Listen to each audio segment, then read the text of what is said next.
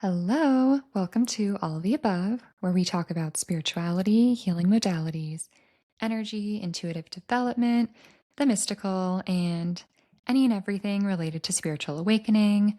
My name is Meredith, and I'm so excited that you're here and to jump into today's episode. Hi, welcome back to All the Above. I am so grateful as always that you're joining me here today. And today I am so honored and excited to share this beautiful conversation that I had with Mike Elliott. And Mike is a men's relational guide and the co host of the Sacred We podcast.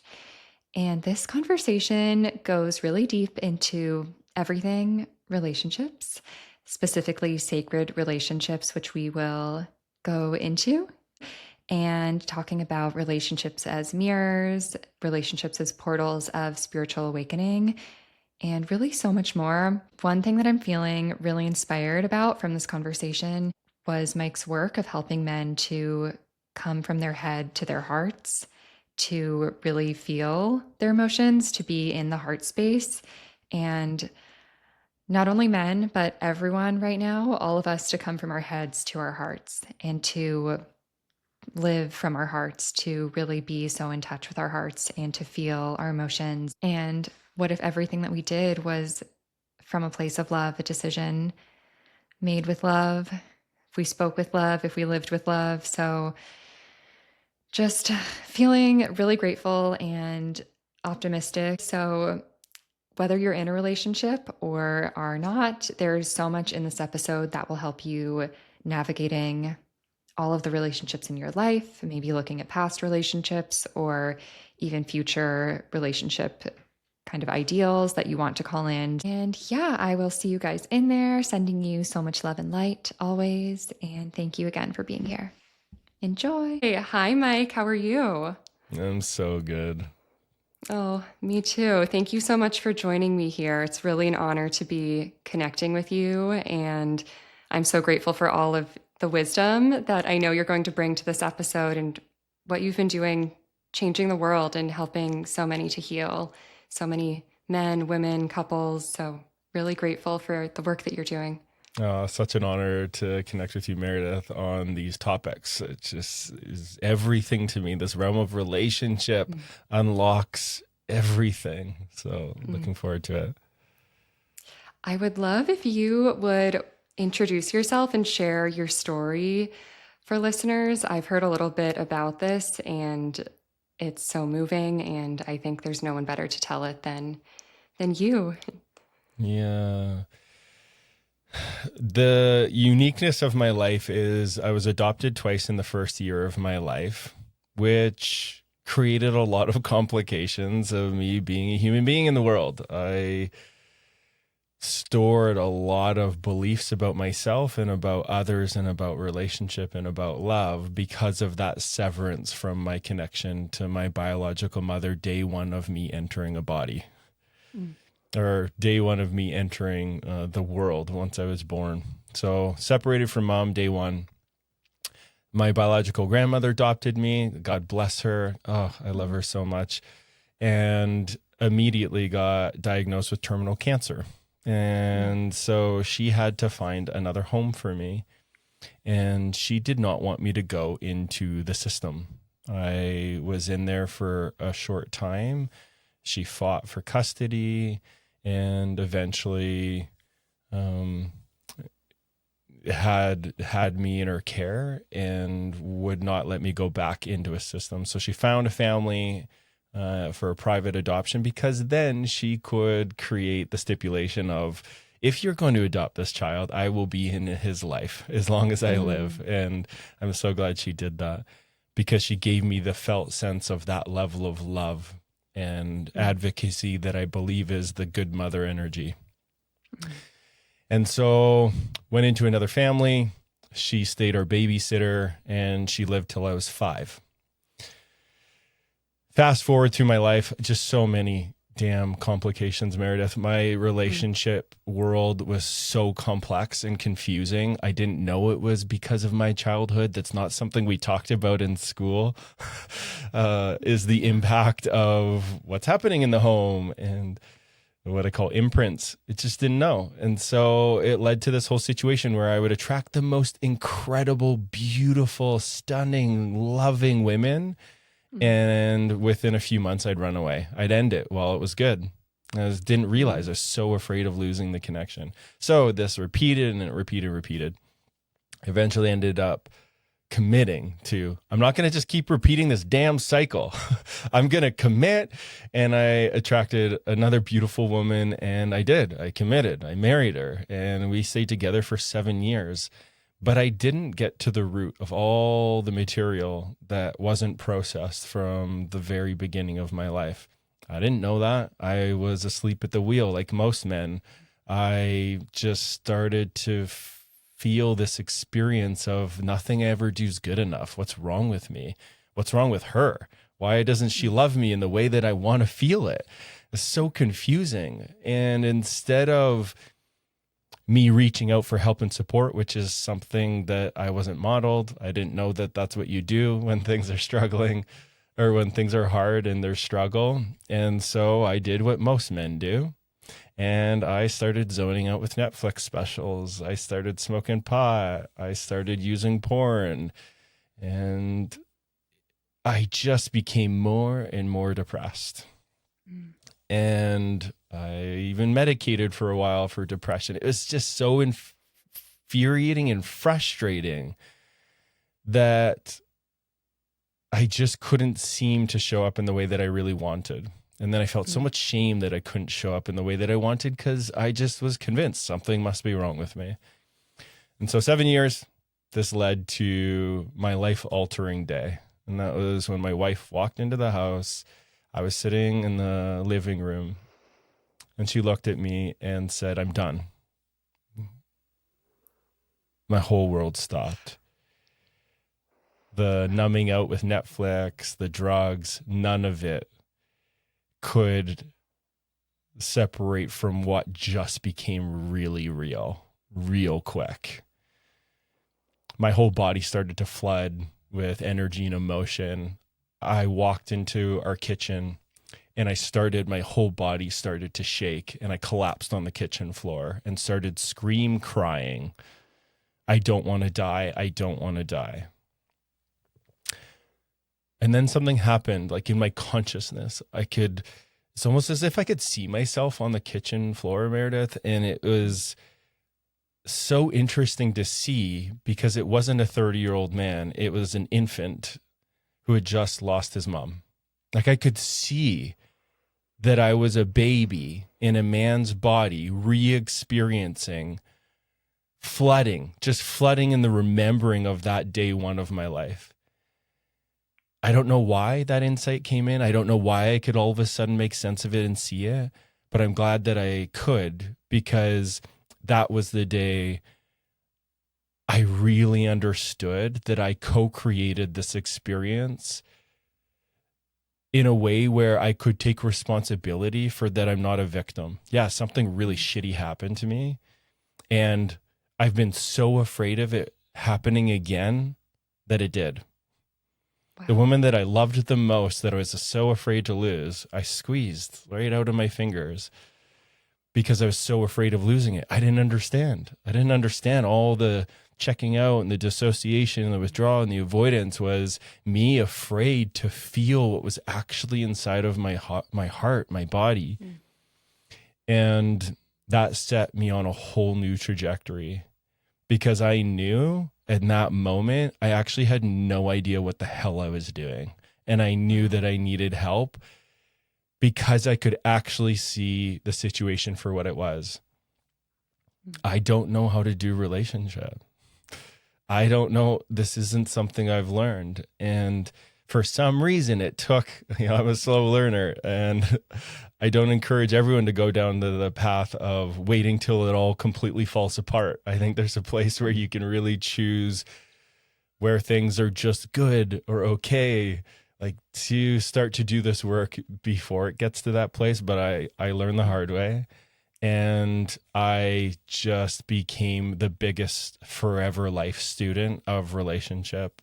I prayed and asked for someone to teach me how to do this, how to make sense of my life so that I don't keep repeating the same cycle. It was so painful.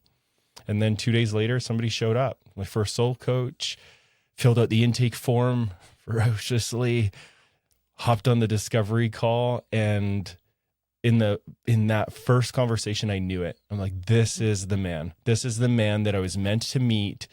And I already started to feel experiences that I'd never felt with another man before. And my whole life started to change because I could actually feel all the things that I was afraid to feel for the previous 30 years. Started spilling out. I couldn't even slow it down. And then the more I did that, the more I started to love life and get to know who I was. And then the rest is history. Then it's fast forward through those steps. Then it was, as I did that deeper healing work, I started to really make contact with who I was, learn how to scoop up my little kid inside and learn how to parent him that was independent of what someone was doing or not doing on the outside. And then I got really clear and brave enough to say yes to love again. And I wrote myself a list of like, these are all the qualities that I want from a woman. And I want to do it really damn well. Anyone who knows me is I love to grow and evolve. So I wrote this list of, I want to be with the empowered feminine. And these are the qualities that I want. What I didn't fully realize is what that would require of me to deserve that quality of woman. And then attracted her. And it's just the whole dance we've been in since then is deepening in what we call sacred relationship, which is using the medium of our relationship for our own awakening. And that's what we live and breathe day in and day out. And then help other couples to do the same. Oh my gosh. Thank you for that. That is so beautiful. And to see how your journey evolved so dramatically, to hit a rock bottom like that and to immediately turn and take it and turn your life around, and to do it through relationship and love is, could there be any more beautiful way to grow and to awaken and to move through the world? That's something for me too, where I think relationship has been my biggest teacher, awakening, spiritual awakening, and relationships. So hearing you define it as sacred relationship is such a beautiful term. I think it really defines exactly what the journey is, but it's also hard to define. So I'd love if you could kind of elaborate a bit more on sacred relationship and that process, what it looks like finding each other and growing with each other, and maybe a bit about your process too. Yeah. Sacred relationship. The reason I call it sacred is I really believe being a human being is just sacred. It's pretty insane to think that we're on this rock hurling through outer space in all these infinite galaxies. And this is the only one that we really know of that has human life on it. So we happen to be here. That's pretty damn exciting. And even if somebody isn't spiritual, it's hard to not think of that as pretty spiritual. Like the odds of us being here, it's like 1 in 4 trillion odds, when you take the sperm count and the chances of that inoculating, just that alone. I want to start off by that. That's as sacred gets. Now, when it comes to sacred relationship, Gabor Mate says it beautifully. We will attract to the level of dysfunction that lives in our body. Dysfunction, what I mean by that is, if we have not integrated our already lived experience, we are functioning at lower levels. Our brains aren't fully developed. Another way of saying that is our brain isn't coherent. It's not feeding information in a really fluid way. We're not in our prefrontal cortex, which is what I call the wise adult part of our brain. And it creates dysregulation. It creates confusion. It creates stress. And from that state of mind, we can't see the full picture. We make poor decisions. We attract partners that are abusive and just deal with it and accept it. And we get addicted to drugs. It's just incredible the harm that we will create from an underdeveloped brain. Mm. So sacred relationship is understanding that we will attract someone in our life that will mirror and match all the qualities that we haven't really made amends with from our mom or dad or siblings, even up our generational line. So there's a place where we're never a victim. We're attracting the exact experience that is going to bring us into an opportunity to grow up. So you want to put it simply. Awakening. What is that, Mike? Awakening is maturing. If we mature, we arrive into higher states of capacity. We have more resilience. We can deal with hard things. We can have hard conversations. When things go sideways, we just move into action and solutions. But if we have stored trauma, we live in a state of victim consciousness and project out that everyone else is the problem.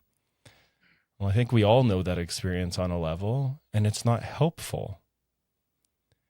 We really need to be in this place of radical self-responsibility, owning, hey, I'm attracting. Like when my partner, Courtney, triggers me, every time, maybe not in the exact moment, but every time I hit that place of, how is this inevitable that this is happening based off of the life that I lived? Yeah, of course she's saying those words. Those are the worst words you could say to me right now. Those cut deep. And it's not her just choosing to do that. This is what's crazy, is our imprinting, the energy that we put off, the wounding that we carry that hasn't been resolved will put out an energy that will provoke another person to say the worst thing that you could possibly say, so that we can start to realize, how did they know to say that? It's not them, it's what's in us that is being sent out that's provoking it, so the mirror can be seen. Oh, I haven't dealt with my mom wounding. Oh my God, I haven't dealt with my dad's stuff. Because this keeps showing up again and again and again. So the sacred relating part is understanding we're constantly doing this. My brain, when I'm triggered in some sort of trauma response, I'm going to project all my stuff that's unresolved onto Courtney, and she's going to project all of her stuff onto me. The sacred part is we're going to be allies. We're going to be the two best friends to get really curious of what that story is that's being told, and be in each other's care and learn the ingredients that helps rewrite the story for that scared little kid inside, so that it can just soften and settle into what is present and true now, that's safe, that's reliable, and then we help each other heal. That's so sacred relationship. It's using the medium of the relationship for our own awakening. Again, awakening, maturing, just growing up. If we are growing up from a grown-up perspective, we understand our partner doesn't want to hurt us. If they're triggered, they're in the remembering of something that's historical.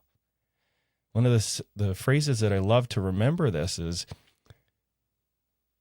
if it's hysterical, it's historical.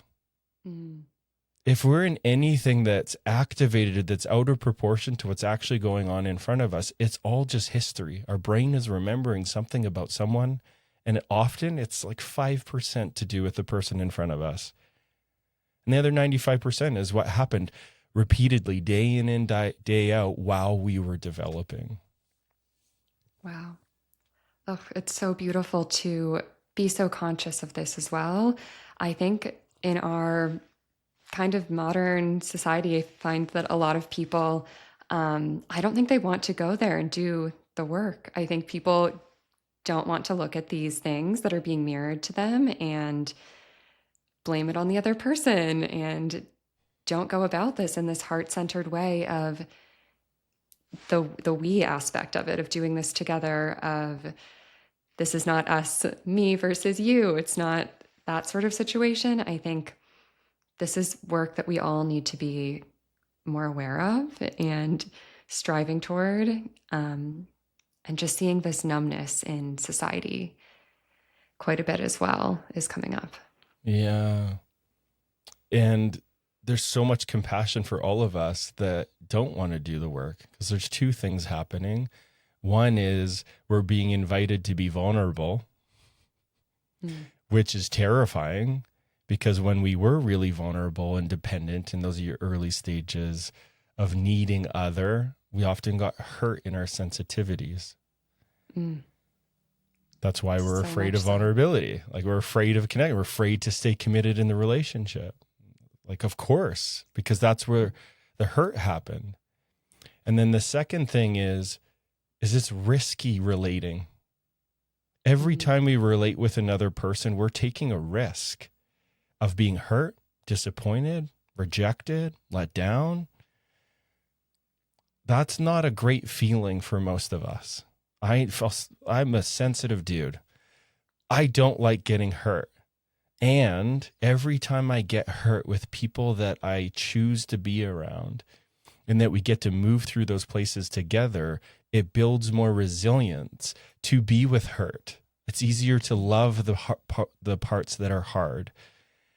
And then it's in that connection that it starts to awaken me into the higher perspective of, oh, wait, hey, if you hurt me and I hurt you, and we both understand that's going to keep happening, but we care about that, and we're going to learn about each other to do this differently so that there's not as many ouchies. Actually, this is kind of fun. Oh my God, this is creating emotional depth. Oh my God, this is satiating these deeper parts of I'm enough, I belong. It makes me think of all these male clients that I work with. I work with very high functioning men that have way more tangible material success than I do. Millions of dollars, multiple properties. Like, they have rocked an area of life I'm still working on. And the thing that I get to help them with is going from the longest journey any man will make, and it's from the head to the heart. And that's for all of us, really. But more so with men, because we default to logic. This is what women are so pissed about. Let's try to share your feelings and your emotions, and then it's met with logic and picking out the facts, and, well, that's not true, or defense, and then what happens to you? Ugh! Oh my, down. yeah, just shut down. Oh my God, I can't be here. And then that's scary. And then it's so frustrating. There's a lot of frustrated women out there because they're not being emotionally met, because men are stuck in their heads. Why? Because what's in their heart is terrifying. The journey that I take men through in the first phase of my work, which is initiation, the initiation is, hey, bro, we're going to sit together as long as it takes. And I'm going to learn how to get you into your heart. Like, what I often do with men in the beginning is I start to ask them questions that'll bring them into the places that they haven't been able to share before, because they've protected, they've guarded, they've overridden, they've been pushing and grinding, living from this alpha culture of, if I have more, maybe then I'll be enough. It's like, I just slow everything down with some of these men so they can start to feel the experience of, it's not in doing all of that. We just need to learn how to sit and feel our feelings together. And every time I get to do this with a man, it's the most incredible thing ever when a man drops his defense strategies and starts to let himself feel the things that he hasn't felt safe enough to feel. And when that happens, it's the most beautiful thing. Every time it happens, it moves me to tears, getting to see a man drop from his head. I'm seeing him trying to make sense of it. And all of a sudden, he's now feeling. And then it's relieving. Every time it's relieving. The messages I end up getting after are, oh my God, I get it. I've got to feel to heal. That's what you say. And then they start feeling, and then they can't turn it off. And then they want to bring it to their partner. And then what happens? The partner is so happy, because what they're looking for is to feel the man, to feel him. Thank you for doing this work. I think there's this kind of cultural, societal programming of, I hope we're moving past this, and I know that you're doing work to move us past this, but men can't cry, when just all of that so ingrained. And we need more men to be in their hearts and to feel and to be not afraid. I have so many thoughts coming up from everything that you're saying, and I feel like this pattern of men running away from the feeling and the connection, like feeling something so intensely in your heart and thinking you're protecting yourself by then running away from the feeling. Um, I have so much. There's just so many gems here, but how do how do men start to feel, to start coming into their hearts? And is this something that you think they have to come to on their own? Or is there a way as women that I can be, we can be supportive to help them on this journey? Um, Yeah, where do we begin? it's such a great question. The first most important thing to understand about that, men not feeling safe to, running, avoiding, withdrawing, that's all protective strategy. Those are all coping mechanisms because when they were in the vulnerability of their experience, there was too many ouchies, there was too many hurts, too many drops, criticism, shame. And then what happens for so many men is they just guard up, they wall up, they work harder to not have to feel all of that pain and mirror and reflection of, oh God, here I am again. I'm never good enough. So I'm going to go show that I'm more than enough by all the things I'm going to accomplish. That's why men are doing it, is what's actually happening deep down, and this is true of all of us, is we all have tender hearts. It's just true. As a human species, we have tender hearts, and we will do crazy things to avoid accepting that and feeling that. And so what we do about it is we first understand and accept that that's true. That's the first thing that has to happen is, wait a minute, the way that I've been doing it, that is often informed by culture, especially in North America, we are a hyper individualistic culture that is rewarded by accolades of doing it on your own.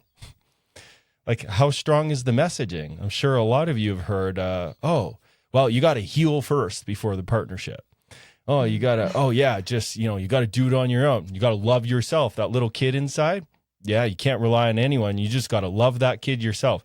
How the hell are you supposed to do it if you didn't receive the ingredients of love? How do you love something you haven't experienced?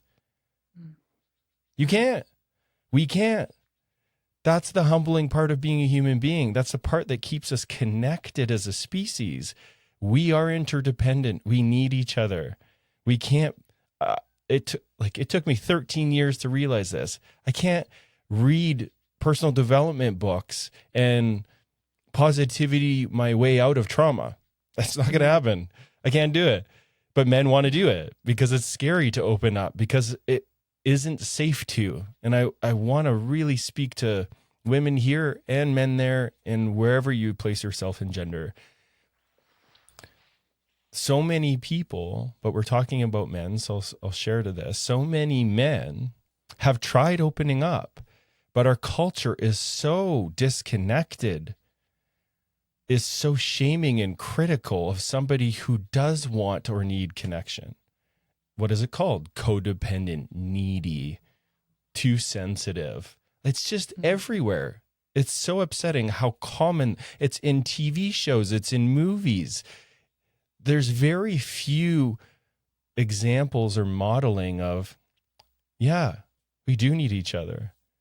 That strength is in our vulnerability. Thank God to Brene Brown for having her viral talk on that vulnerability isn't our weakness. It's actually our greatest strength. If we can practice vulnerability, it gives us a sense of power in a way that we're all craving, where we don't have to guard, mask up, shell up. So to answer your question, what do we do? First thing is, men need to be humbled, drop out of grandiosity, thinking they know everything, which can be tricky. And they need to see the limitations of how they're doing it on their own. Mm. If a man doesn't feel a deep sense of belonging and fulfillment and satisfaction in how he's showing up as a partner, as a man in business, as a father, Well, that is your report card and you doing it on your own. Mm. So Wow. first accepting that, yeah, I am, one of the most common things that I hear from men. I feel broken, lost, scared, and alone. Everyone thinks I have it all on the outside. And it's so frustrating because I don't even know where to share my experience of struggle that I'm having because everyone thinks I've got it all figured out, but I don't. And so that's what I usually sit with and share the experience of with men is, man, yeah, I get it. There isn't a place for you if everyone thinks and projects that you have it all. Then where do you get to be imperfect? Where do you get to be scared and not have it figured out? Men need to move towards, whether that's me, whether it's another man doing men's work, there's a power in being connected to a brother or an ally or a group of men, men's circles. There's all different forms. This is the work that I do with men, is move towards somebody who can hold the safety and the space for men to just start to open up. A man's heart will open if there's enough presence and safety. Mm. If the presence and the safety isn't there, it doesn't matter what you tell him. It doesn't matter what he knows. He won't open up because the system's designed to protect. It'll do whatever it has to protect. But if we offer over that care and compassion, it will open and blossom over time. It takes a while for a man to have a certain amount of experiences to start to trust again. And then he'll start to test it and he'll share little pieces. And then however that's handled will determine if he'll open up more. And this is where a lot of women get stuck and trapped. So I'll speak to that piece now. What can women do? Contain that wild feminine inside of you that wants to meet the fury of him being in little boy parts of himself, which is true. I want to acknowledge that. The criticism, the fury, the shaming, the anger, the rage, or the ambivalence, which is like, I don't even care anymore, that women are experiencing. It's all valid. It's all valid. And those ingredients relationally aren't going to be the thing for him to want to open up. Mm. You want to feel your man? Then it's understanding two things. He is a little boy, yes, and he has a lot of potential, which is why women choose the partners they do. They can feel the potential of the man he's meant to become. But now the sacred work is, whoa, how do I get that to happen? How do I get the man to stand up and step forward and pursue me? It's not through criticism. It's not through blame. It's through space. It's through patience. It's through inquiry. It's through starting to be curious on how his past has impacted him. It's in sharing that juicy feminine is what we call it. Courtney and I are, when we support couples, we have a program called Evolutionary Relationship, the Initiation. And what we teach all our couples in there is how to invoke the juiciness of the relationship. And the feminine, you feminine, just have something biological and divine. You have just incredible, attractive beauty in your physiology. The curves, the softness, the sweetness, the smells, your hair. It's like, man, if women used that in an effective way to entice the man to step up and forward, a completely different experience starts to happen. But what it requires is, I got a shelf for a period of time, that little girl who's pissed and all the places she's been dropped and hurt. But then just for a small season of time, bring the juicy feminine to see if you can draw out that king, to draw out that man who will start to open. And almost every time when a woman, if she agrees to do this, almost every time it starts to happen. Shocked and amazed of what starts to come out, of the vulnerability they start to express in the ways that they want to now provide and show up for her. But that's the exchange. That's what they're needing. They're needing space, grace, the juicy feminine, to be seen in the things they are doing well a lot of the time. Because when they get enough of that, it's in our DNA. We want to provide and protect. But we have to be acknowledged and reflected in where we are, not just all the ways that we aren't. Most men know they aren't. They feel so much shame about it, or needing more picking up and building up to turn on the part that wants to provide and protect. Wow. Oh, I love that. Going to really embody the juicy feminine and bring her bring her out more.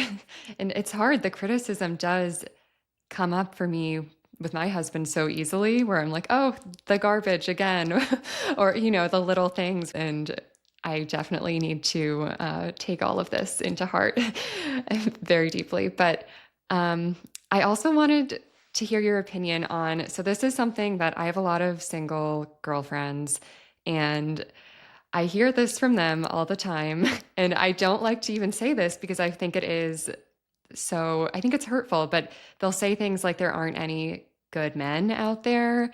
And I just want to, I mean, maybe drawing attention to this conversation and just how many men there are, that you're working with these men, you are doing this work, and just your thoughts around maybe that, and if you're seeing any shifts in how couples can meet, and any advice on anyone looking for their partner. Yeah. I so understand that experience with women because I get a lot of messages with that same thing. Not so much anymore, but when I first started putting out content about relationship and polarity, a lot of women's opinions are there aren't any good men. Screw men. I'm done with men. I'm never going to do it again, And part of it's true. Like, we want to acknowledge that, yeah, that's partly true. And how compassionate, kind, and inviting is that for any man to want to relate with? Wow. Yeah. It's not very sexy. If a woman's walking around just unintegrated from all the hurt and the harm that did happen, I'm not discrediting. Yeah, I'm sure you got hurt really bad. There's so many ways. It's not just women. We have all been damaged by the patriarch, which is disconnected from nature. Patriarch is masculine energy that is disconnected from nature. It's misattuning to our biological connection point that we all come from. That's the patriarch. A fully integrated, or in my work, I call it the initiated man. An initiated man is the one that returns back to his nature, because then his heart leads his head. When a man's heart is leading his head, well, then that's what a man is then labeled as. Oh, wow, you're inspiring. You're the divine masculine. You're mature. Oh my God. That's what people, all of us, it's not just women. I crave that in my male connections, men with presence that are doing the work, because it is more enjoyable to relate with. So going back to this piece, women who are walking around with the narrative, and I'm going to call you out here, and it's probably going to be uncomfortable, but if you're walking around with the narrative of there's no good men, you will attract the ingredients that validate the belief you are reiterating day in and day out. Mm-hmm. If you believe and affirm to yourself every single day, there's no good men out there, the universe, God, life, whatever you want to call it, is impersonal. It'll give you whatever it is you're asking for. So if you're saying there's no good men, there's no good men, guess what? You're going to see all the pricks in traffic who are flipping people off and road raging and making gnarly comments or objectifying, sending you dick pics. Like, that's all going to happen because you are claiming to life itself that that's what's true for you. This is what trauma does. When we're traumatized, it's so uncomfortable to feel. And I want to orient a little bit here. Is trauma, all trauma is the feeling and the energy and the sensations in our body that are encouraging us into disconnection. Mm-hmm. Trauma is energy in the body that is wanting us to move towards isolation and disconnection. When we're healthy, we always mobilize towards connection, and we bring in love and care and compassion. And so the women that are in this position where there is a lot of unintegrated hurt, the first step is to start challenging that inner narrative from the ego. That nervous system or attachment system, that inner narrative, we all have that inner narrative, that critic with the clipboard that has an opinion about everything we see and do, everyone else is seeing and doing. We need to challenge that part and say, wait a minute, I'm hurting myself by believing there's no good men out there. Like, let's really look at that logically. The amount of people on the planet and there's none of them that are good. Like, is that a helpful belief to hang on to? We know there's good men. And this is also true. I want to speak to this. There's so many good men, and in every man, there's a perpetrator. In every man, there is the dark father. In every man, there is a primal being that is terrifying. And that's the part of us that's animal. We have a nervous system. We have history. We come from a lineage of just horror. And when a man gets triggered into that part of himself, it is scary. It isn't reliable. But that doesn't mean that that's not a good man. He might have moments, like moments of that comes up, but a good man will take responsibility for that part of his experience. He'll own the impact of his power. He'll empathize. He'll apologize. And he'll do something to take responsibility to hone that part of himself in. That's me, prime example. When I grew up as a kid, I would have these huge anger outbursts. And so my system just like would react and all the things. And every time that part of me comes alive, ooh, God, I let myself feel the impact of where it hurts other people, and I do something about it. I go and do shadow work. I go and find ways to mobilize anger and all these things so that I can get into more integrity, more capacity to contain and become a safer man in the world. We are all of us men are on that path of learning how to do that. And women are also on this path of learning how to contain their wild feminine that has an opinion about everything. I was just thinking that. It's so two-sided, and I really hope, and my intention is that whoever needs to hear that message will hear that, because that was just the most beautiful answer, and thank you for that. And it's so true. It all ties into manifestation, I think, as well. Just speaking our reality, or our thoughts creating our reality with that too. Well, this question just came into my mind, and I'm curious for your thoughts. I'm wondering what you think about relationships maybe being destined or fated, or connections that you're meant to meet here in this lifetime, and if you have any thoughts on that. Yeah. What comes to mind is I worked with one of my mentors, Gay Hendricks, him and his beautiful partner, Gay and Katie Hendricks. They've written dozens of books, 40 books total together, and one of them was on conscious love. When I worked with him and when we had them on our podcast, he described, after supporting thousands of couples over decades, they're elders to us in this realm of relationship. They said that there's 3 different qualities that relationship can be bucketed into. There's 3 phases. So there's one type of relationship, which is toxic. The second type of relationship is learning. And the third type of relationship is celebratory.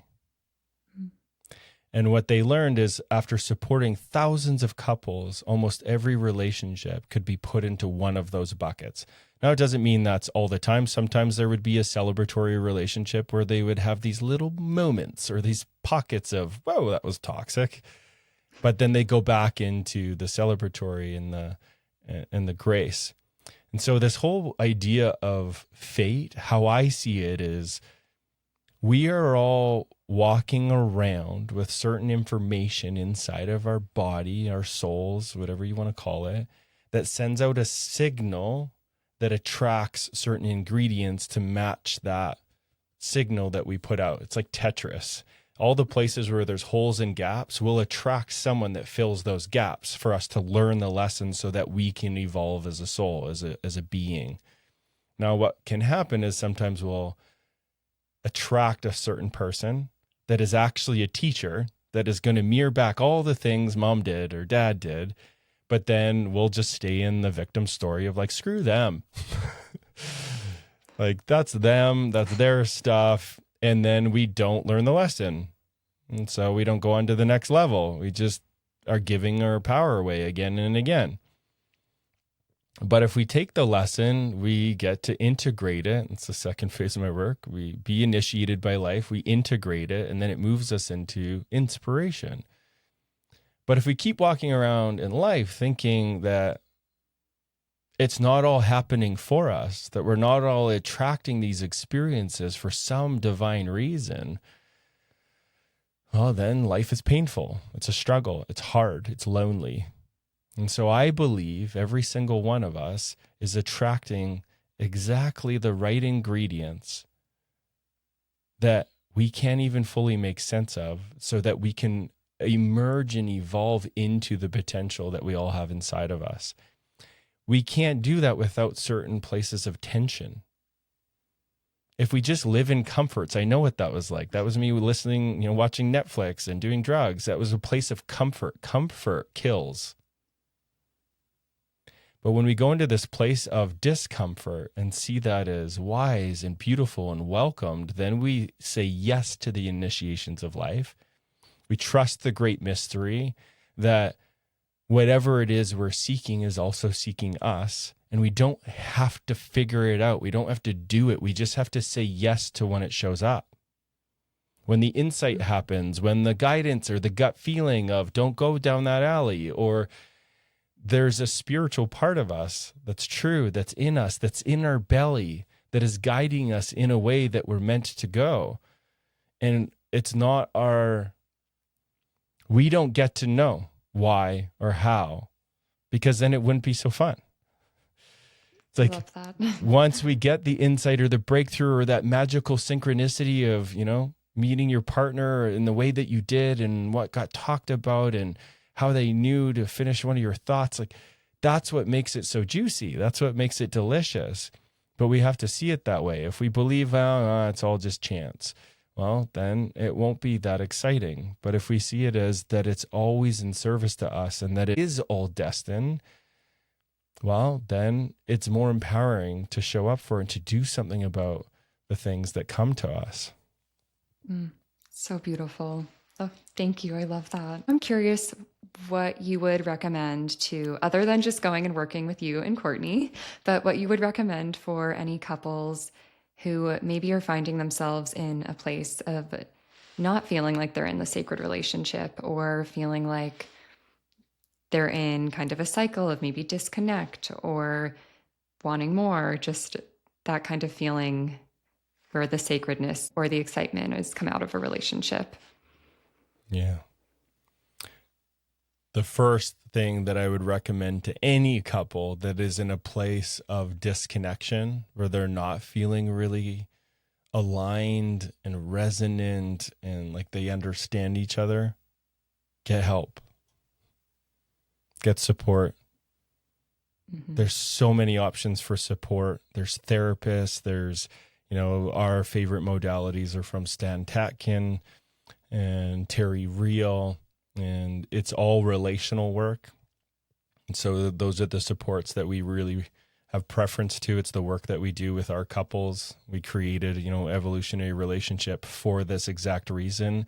It's every other week couples come in and they don't have to figure anything out. We guide the teaching, we guide the drop-ins, we guide the somatic practices to bring them into the feeling of connection, bringing them into a room with other couples who are also learning and trying to figure out, that also feel scared to show up. But then when they do, all the defenses drop because they're in the practice of relationship.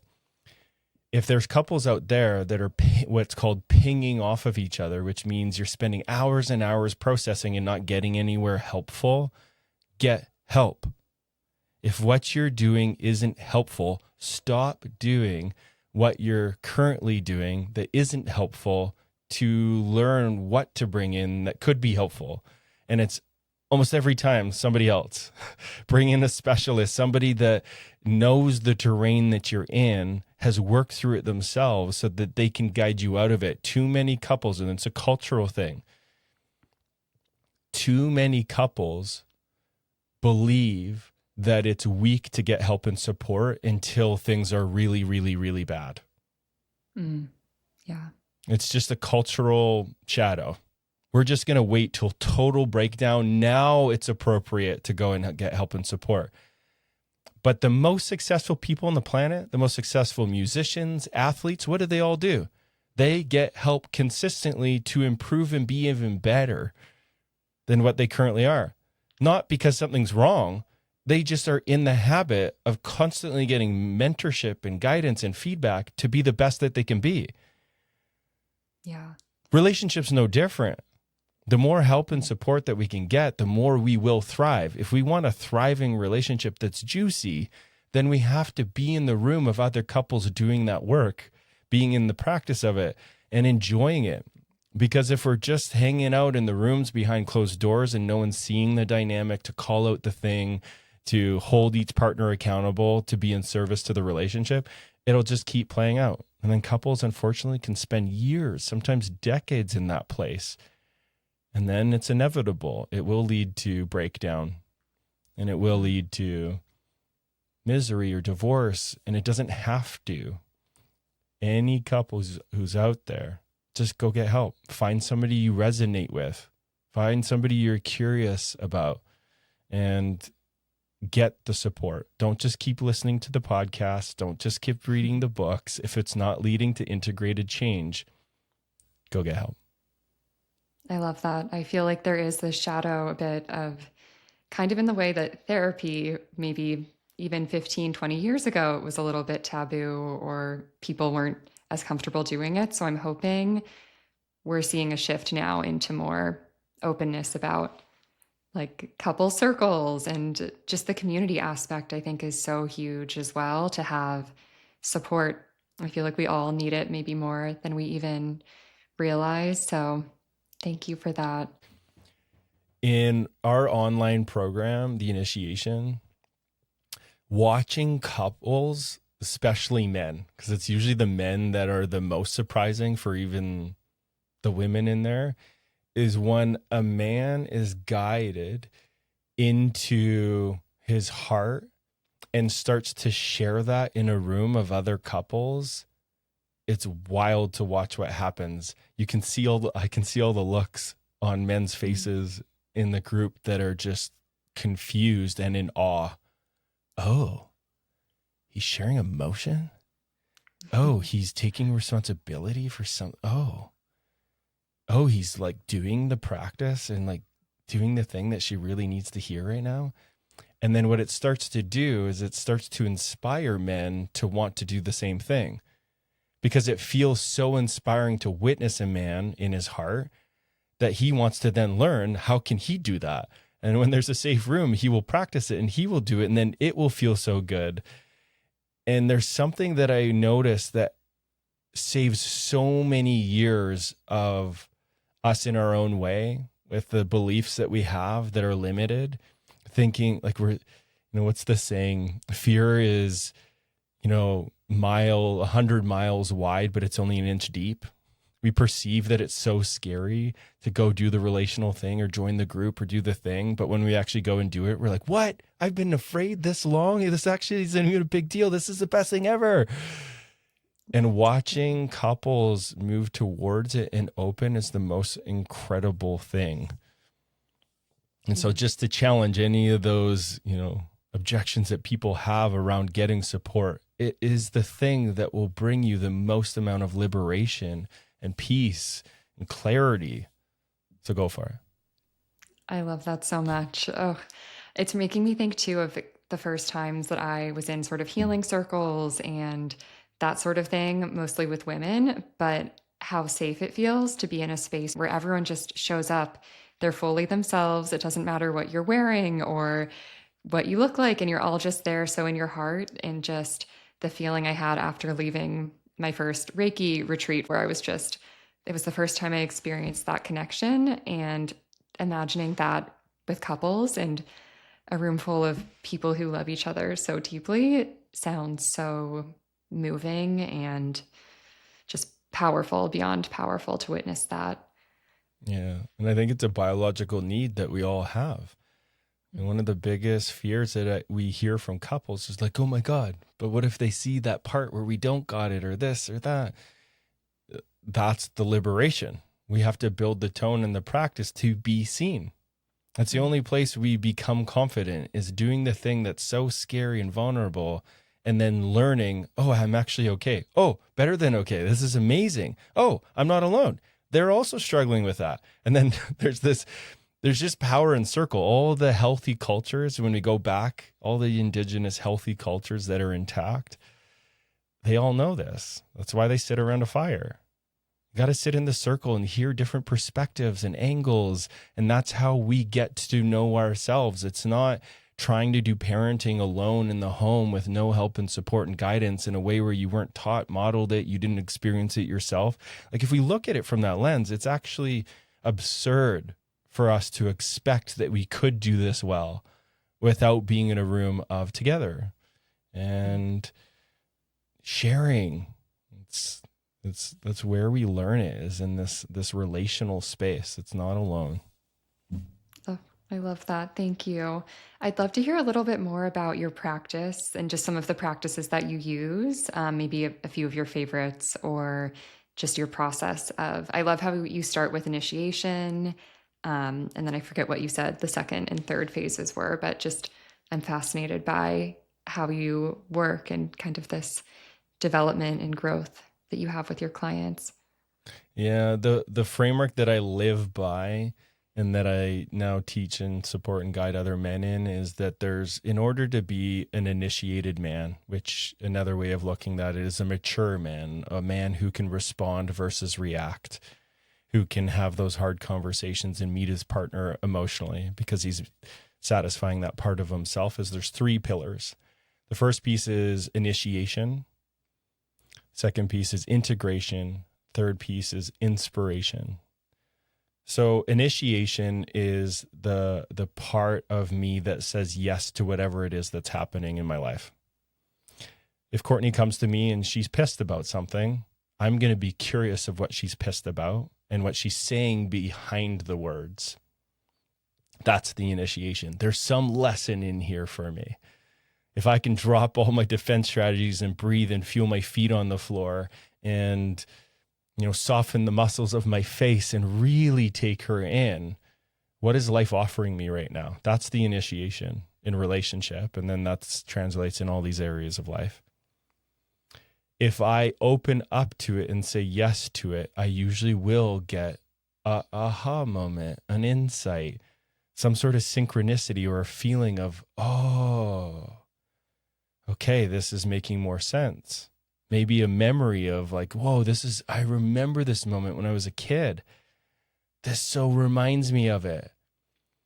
Once we get the aha and the breakthrough, if we capture that insight, the gold that comes from any initiation, and we figure out when I figure out how to weave it into my day-to-day life as a new behavior, as a new way of communicating, then I learn how to integrate it into a new way of being.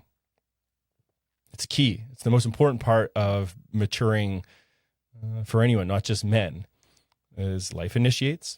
We get it. There's a lesson. We learn the lesson. We get the help. We get the support. We integrate it into a new way of being, a new paradigm, a new way of seeing life. As an example, not seeing women as completely chaotic and crazy. It's like, oh, there's such a wisdom would be part of the integration. Oh, there's such a wisdom in the feminine that's calling me out in the places that I can't see. That's integration. It's, oh yeah, wait a minute. I'm going to open my heart up to life here. And then when a man does that, when I do that, when I'm in the practice of those first 2 pieces, what organically happens is I move into this third phase of inspiration. Wayne Dyer call it, in spirit, inspiration. I start to live in this open space where life starts to move through me, where I don't have to figure it out from my head because I know the synchronicities will show me the way. My gut will tell me the thing to do, the thing to say, the thing to not say.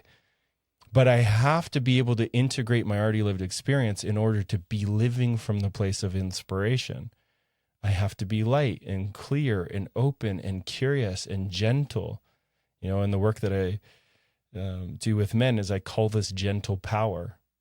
What I'm working on with men is, hey, to become initiated is to learn how to be in your gentle power. Firm back, open front. Firm spine, open heart.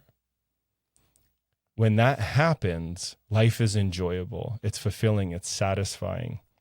And then that is what creates presence. That presence then gets offered over to the partner. That's the partner who can now, and it's my favorite moment of relationship, is when I can go to those crunchy moments and she wants to say the thing or criticize and I catch it. I slow it down. I hear the words behind it.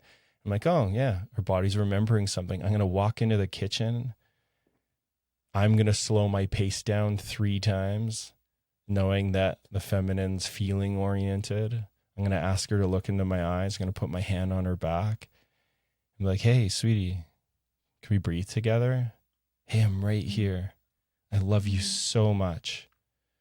I got you. God, I love being here with you.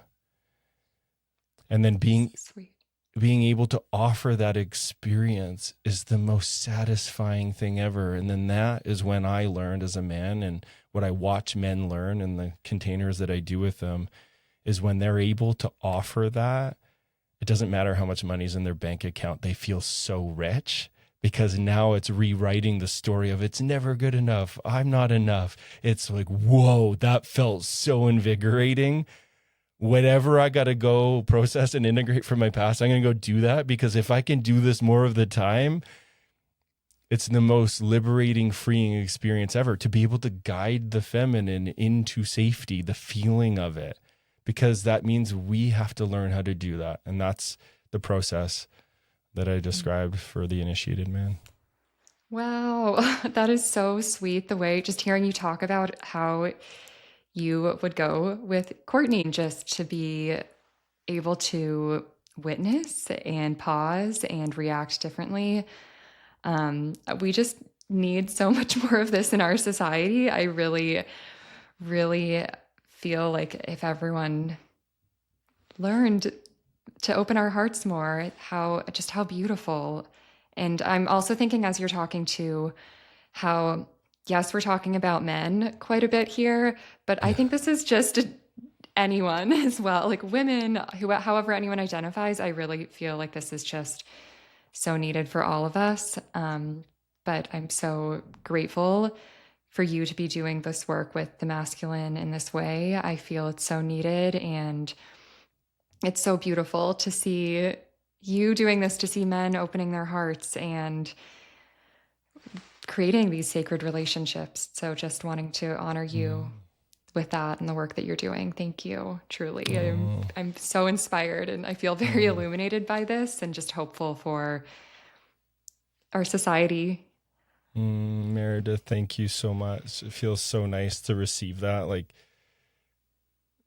I don't think you understand how meaningful it is to receive that from the feminine, because it's everything I pray for. It's everything I've wanted. It's what I wasn't able to show up in my last marriage. And don't get me wrong, I still make mistakes all the time. If Courtney was here, she'd be like, yeah, and in last week, not so damn present.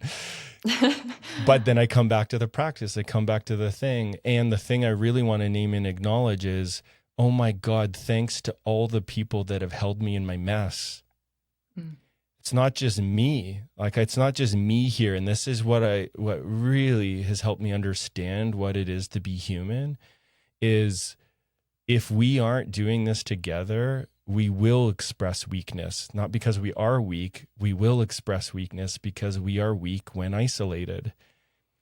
But the moments where I rock it, where inside I'm like celebrating myself, Mike, you did it. This is the moment you would normally withdraw or shut down or defend, and I don't. Every time I feel the grace of God that the man held me when I was a puddle, that the woman held me when I was projecting all this experience of my mom. I was enraged by the disconnection of my bond at birth, all these moments, being kicked out of my house the day of grad, the being shamed for being too sensitive. What I get to feel and experience now when it's going well is all because of it's all because of them. It's all the tears that people have been present with. It's the shaking, the gyrating, the screaming. And I'm so grateful, because me moving towards and having the courage to be seen in the mess that is my imperfection is the thing that has helped me integrate my past. And it's in the integration I now get to live more of an inspired life. Like, it makes no sense. I used to be a plumber gas fitter. Like, it makes no sense that I now support high functioning leaders and people in the realm of sacred relationship. Like, what the hell is that? But it's like this, it's a byproduct of the work. It's a byproduct of what can happen for us when we are strong and courageous enough to move towards the scary thing, to take the risk, to practice vulnerability and discern who can be the one to hold my tender heart so that it can process through all the things that it needs to. And then from that place, we have more to offer. And then it feels good in the offering that. Oh, so beautiful. Oh my gosh. I feel like we could keep going and going and going, but I know we have to wrap up in a few minutes here. So anything else you'd like to share? Maybe if there's a quote that's a favorite of yours or of your own, anything you'd like to leave listeners with? I love that question. I'm just going to feel into that one. Yeah.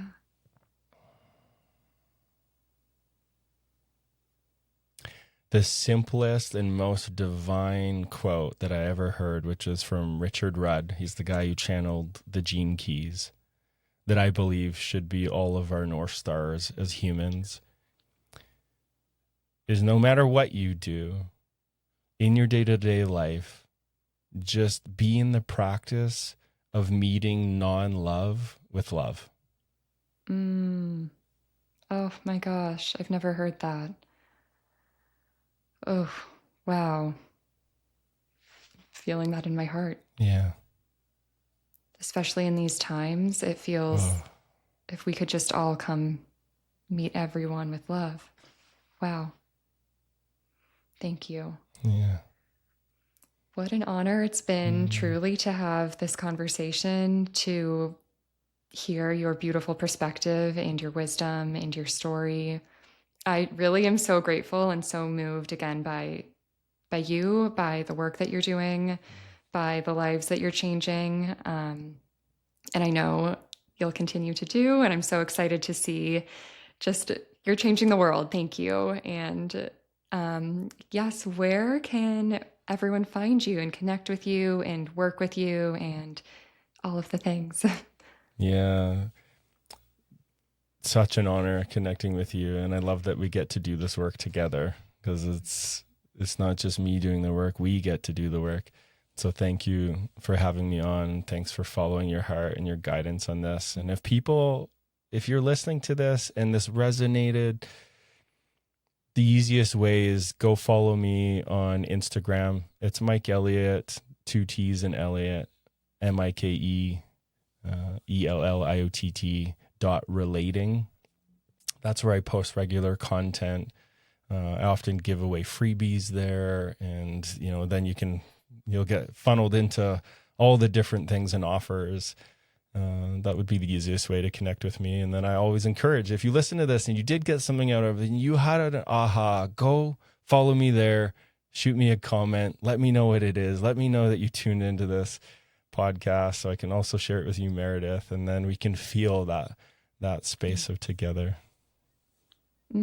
Thank you so much. I will share all of that in the show notes for everyone. And yeah, I'm really feeling so hopeful and optimistic and inspired from this conversation, and just may more beings, just may we all just live from our hearts, and every action, every decision, just everything through love. Thank you for sharing that message at the end and for your time and your light, your heart. Thank you. Truly, it means so much to have had this conversation. Yeah, you're so welcome. Such a gift. Thank you, Meredith. Mm. Appreciate you Thank and everyone you. You listening. too. Yes, thank you Mhm. to our beautiful listeners. Thank you so much. Thank you so much for joining me on today's episode of All the Above. I hope you found some wisdom, insights, remembrances within yourself, and I hope you remember how beautiful and divine you are and that you have so much to offer and bring to this world. And your gifts are so needed. You're so needed exactly as you are. And with that, if I haven't said it yet, I want to send you so much love and light. And thank you so, so much for being here. I hope you have the most magical day, and I will see you soon. Bye.